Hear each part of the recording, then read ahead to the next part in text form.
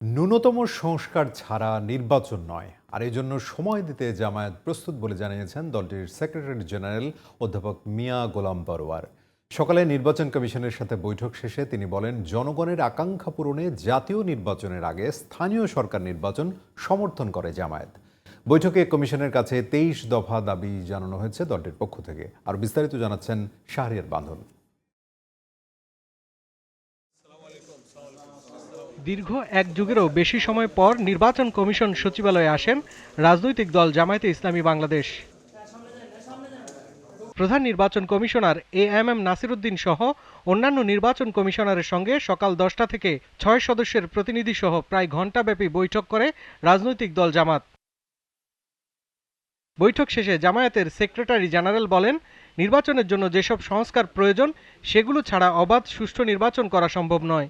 তাই সুন্দর একটি নির্বাচনের জন্য সংস্কারের সময় দিতেও প্রস্তুত জামাত। No election without reform.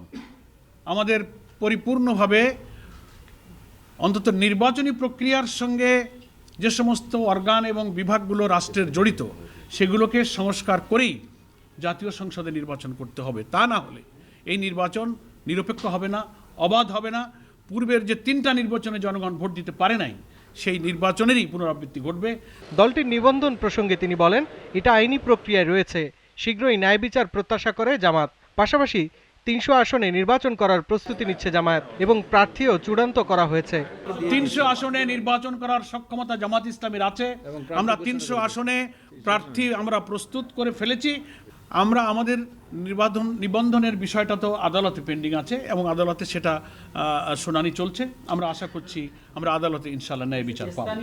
জনগণের আকাঙ্ক্ষাকে সমর্থন করে জাতীয় নির্বাচনের আগে স্থানীয় সরকার নির্বাচন চায় জামায়াত।